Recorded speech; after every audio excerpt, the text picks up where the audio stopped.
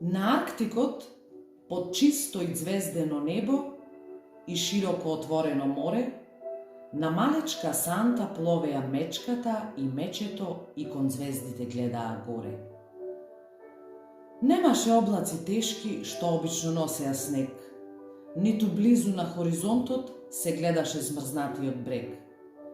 Загрижено малото мече својата мајка ја прашуваше, а зошто е тоа така, таа му раскажуваше.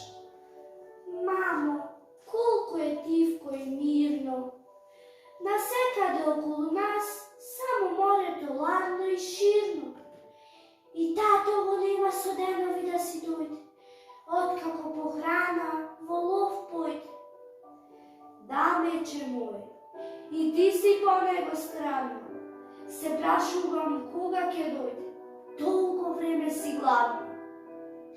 Порано не беше така, на мразот ни беше домот, и сите бевме тука, и побрзо одеше ловот. Разделени од нашите соседи, на други краеви ловат. И тие ко нас осамени на вакви санти пловат. Кажи ми, мамо, те молам, зошто е тоа така? Ми фалат моите другарчиња, санив ми е мака.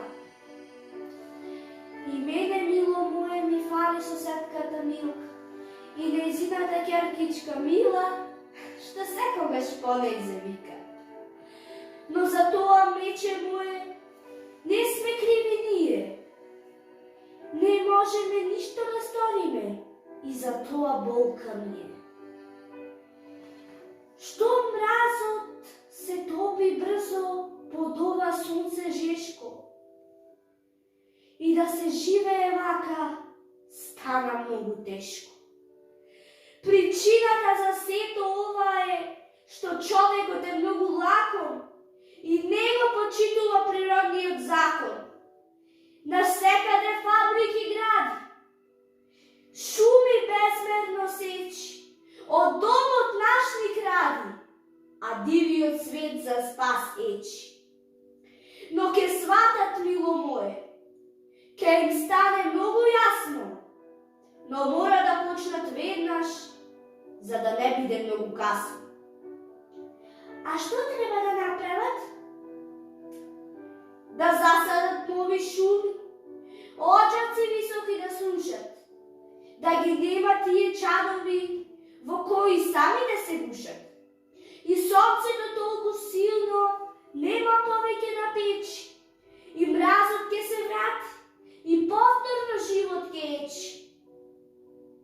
Ке се вратат и ловиштата наши стари, и соседите наши мили. Така беше некогаш и ке биде да сме живи.